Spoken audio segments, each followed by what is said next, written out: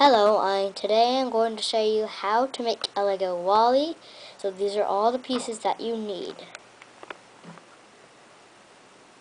Okay, so first, you take these two wheels. They're also separate parts. The wheels are separate. So put these on, like this.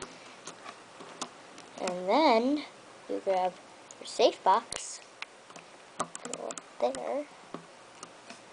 Take these two yellow bricks, put them on, right here. There's half of his body. Now, put that right here. This right here.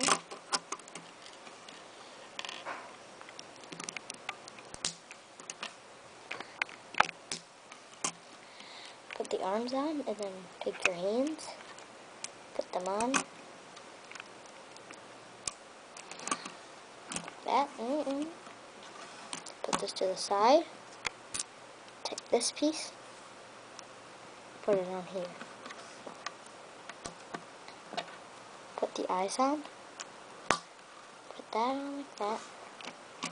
Attach it on right here. And here's your Lego Wall-E. Wowie! Thanks for watching.